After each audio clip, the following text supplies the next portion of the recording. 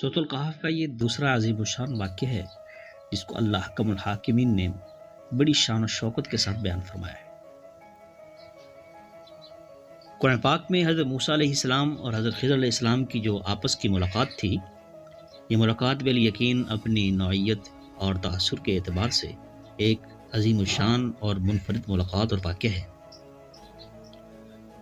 حضرت موسیٰ علیہ السلام آپ صاحب شریعت پیغمبر تھے، تو ایک موقع پر انہیں باطنی احوال، امور تکوینیہ جاننے کا شوق ہوا۔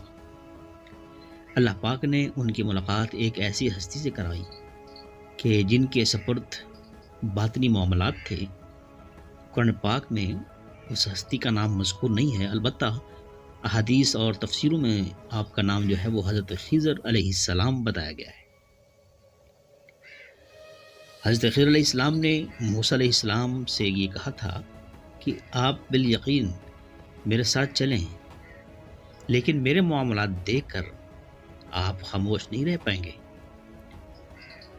آپ میرے ساتھ چلتے ہوئے جو معاملات دیکھیں گے اس پر آپ خاموش نہیں رہ سکیں گے، سوال کرنے پر مجبور ہو جائیں گے۔ حضرت موسیٰ علیہ السلام آپ نے خاموش رہنے کا وعدہ کیا، لیکن جب انہوں نے پے در پے 3 عجیب و غریب واقعات اپنی ہی آنکھوں سے دیکھے تو سوال کرنے پہ مجبور ہو گئے۔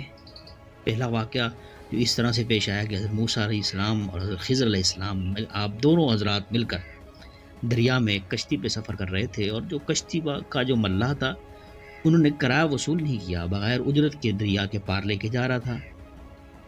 اس نے بڑا احترام اور عزت اکرام کے ساتھ آپ کو بٹھایا۔ دریا کے دوسرے کنارے پر پہنچنے کے بعد خضر علیہ السلام نے یوں ہاتھ مارا اور کشتی کا ایک تختہ توڑ دیا، اسے ناقص کر دیا، عیبدار کر دیا۔ تو دوسرا واقعہ تھا کہ دونوں حضرات جا رہے تھے کہ ایک مقام پر کچھ بچے کھیل رہے تھے، کھیل کود کر رہے تھے، تو خضر علیہ السلام آپ نے آگے بڑھ کر ایک بچے کو پکڑا اور اسے موت کی نیند سلا دیا۔ ظاہر ہے کہ یہ شرعی طور پر گناہ کبیرہ کا ارتکاب ہے اور قتل ہے۔ تیسرا واقعہ جو آپ نے ملاحظہ کیا کہ موسیٰ علیہ السلام اور خضر علیہ السلام آپ ایک بستی کی طرف گئے، وَكَانَ فِي الْمَدِينَةِ تَحْتَهُ، پھر آگے جو خزانے کا بھی ذکر ہے، آپ اس شہر میں پہنچے۔ فَأَبَوْا أَن يُضَيِّفُوهُمَا، کہ جب ان لوگوں نے کھانا دینے سے انکار کر دیا کہ ان کی مہمان نوازی کریں، مکینوں سے جب کھانا طلب کیا تو کسی نے بھی ان کی دعوت کو قبول نہیں کیا، پہچان نہ پائے کہ بڑے یہ عظیم بزرگ ہیں، اور نہ صرف بزرگ ہیں بلکہ اس دنیا کائنات کی عظیم ہستی ہیں، انبیاء ہیں۔ تو اچانک جب بستی سے نکل رہے تھے تو بالکل آؤٹ آف سٹی جو مضافات ہوتا ہے شہر کا، وہاں پر ایک دیوار گر رہی تھی۔ قرآن پاک نے اس کا ذکر کیا ہے کہ اچانک وہ دیوار جو تھی وہ گر رہی تھی، اور اس طرح سے گر رہی تھی کہ جو معمولی دھکے سے گر جاتی۔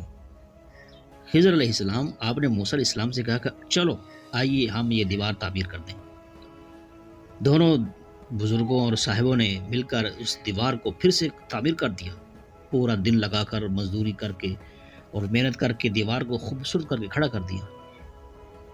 اب یہ معاملات تھے۔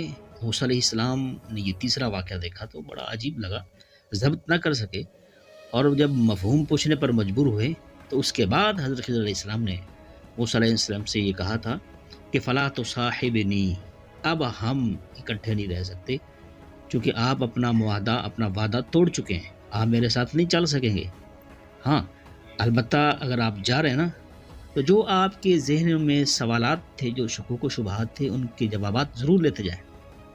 ان واقعات کا پس منظر میں آپ کے سامنے ابھی بھی واضح کر دیتا ہوں۔ وہ کشتی جن لوگوں کی تھی، وہ اس کے ذریعے مسافروں کو دریا کے آر پار لے کر جاتے تھے، محنت مزدوری کرتے تھے، تو وہ کشتی واحد ان کا جو وہ کمائی کا ذریعہ تھی۔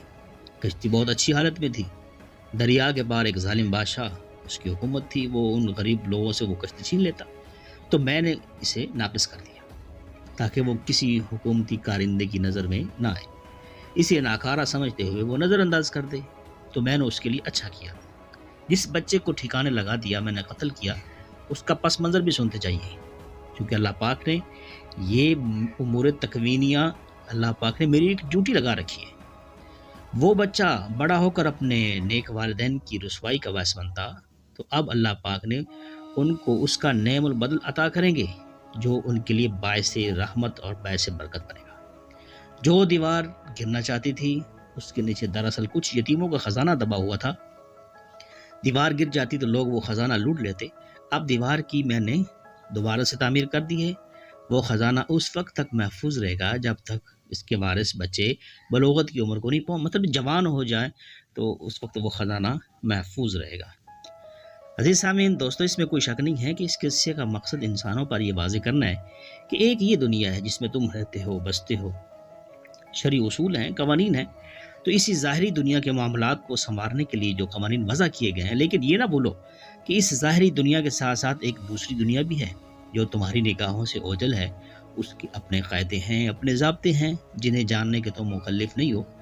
ہاں، اگر تمہیں کوئی تکلیف پہنچتی ہے تو اس پر صبر اختیار کرو اور اللہ تعالیٰ سے دعا کرو کہ اس تکلیف کے نتائج جو تمہارے لیے مفید بنا دے۔ اگر خوشی ملتی ہے تو اس پر فخر اور غرور نہیں کرنا چاہیے، غرور میں مبتلا نہیں ہونا چاہیے۔ عزیز سامعین، اس واقعہ کی جو حکیمانہ پہلو ہیں ان پر غور و خوض کرنے کے بعد جو بہت ساری تفاسیر کو میں نے دیکھا، مطالعہ کیا، تو زیادہ تر ابحاث یہی ملی ہیں کہ خضر کون تھے، وہ نبی تھے یا غیر نبی تھے، انسان تھے یا فرشتے تھے۔ خضر نام کی ایک ہی ہستی ہیں یا ایسے کئی خضر نظام ہستی چلانے کے لیے مامور من اللہ ہے۔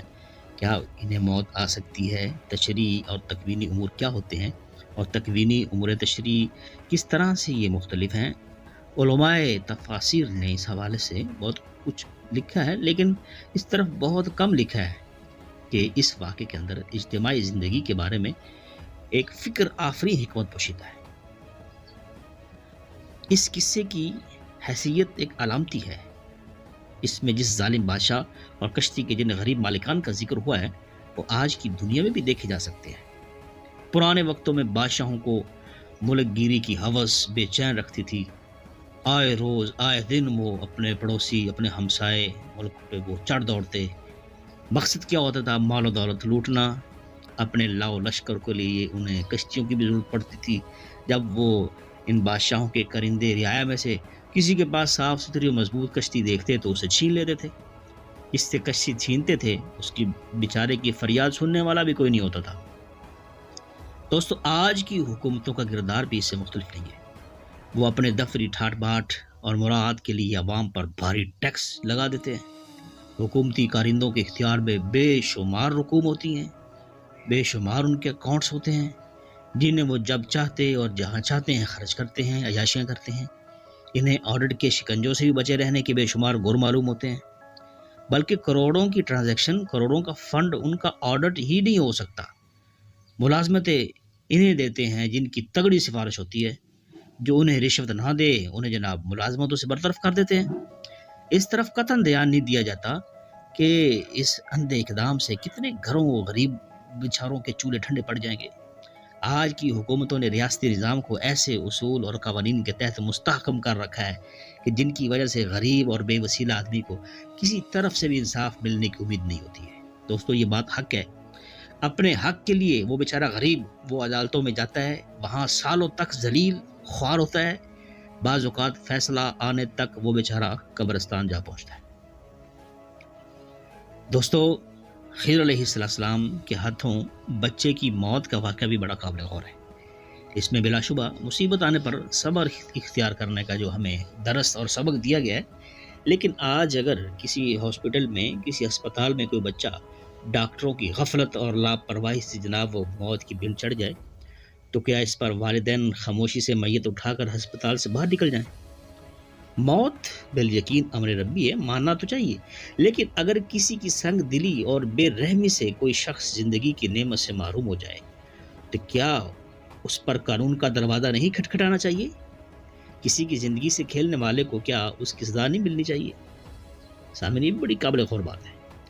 اور اس واقعے کا جو تیسرا پہلو ہے، تیسرے واقعے میں میرے نزدیک مسلمانوں کو توجہ دلائی گئی ہے اس اہم بات کے اندر کہ وہ غریبوں، یتیموں اور جو بے سہارا لوگ ہیں ان کی جان کی اور ان کے مال کی حفاظت کی جائے۔ نبی صلی اللہ تعالیٰ علیہ وآلہ وسلم آقا دو جہاں نے فرمایا کہ اس دنیا میں سب سے عظیم اور سب سے باعث برکت وہ گھرانہ ہے کہ جس گھر کے اندر یتیموں کے ساتھ محبت اور شفقت کی جائے۔ یہ کام حکومتیں بھی انجام دیں، فلاحی ادارے بھی، تنظیمیں بھی۔ خضر علیہ السلام نے یوں ہی اس خدشے کا اظہار نہیں کیا کہ دیوار گرنے سے دبا ہوا خزانہ ظاہر ہو جاتا اور لوگ اسے لوٹ لیتے۔ ہماری آج کی نام نہاد مہذب دنیا کے سٹیج پر یہ ڈرامہ روزانہ رونما ہوتا ہے۔ باپ بیٹیوں کو جہیز کا بہانہ بنا کر وراثت سے محروم کر دیتے ہیں۔ بیواؤں اور یتیموں کی زمینیں اور وسائل زندگی پر قبضے کی وارداتیں تو گلی گلی میں دیکھی جا سکتی ہیں۔ میرے نزدیک دوستو، دیوار سے مراد قانون ہے جو غریب غربا کو تحفظ دے سکتا ہے۔ اگر اسے طاقت فراہم کی جائے تو غریبوں کے وسائل زندگی پر کوئی با اثر شخص، کوئی جگیردار، کوئی وڈیرا بل یقین قبضہ کرنے کی جرت نہیں کر سکتا۔ اس واقعے کے اندر بہت سے حسین پہلو ہیں، اگر ہم اس کو غور سے سنیں پڑھیں۔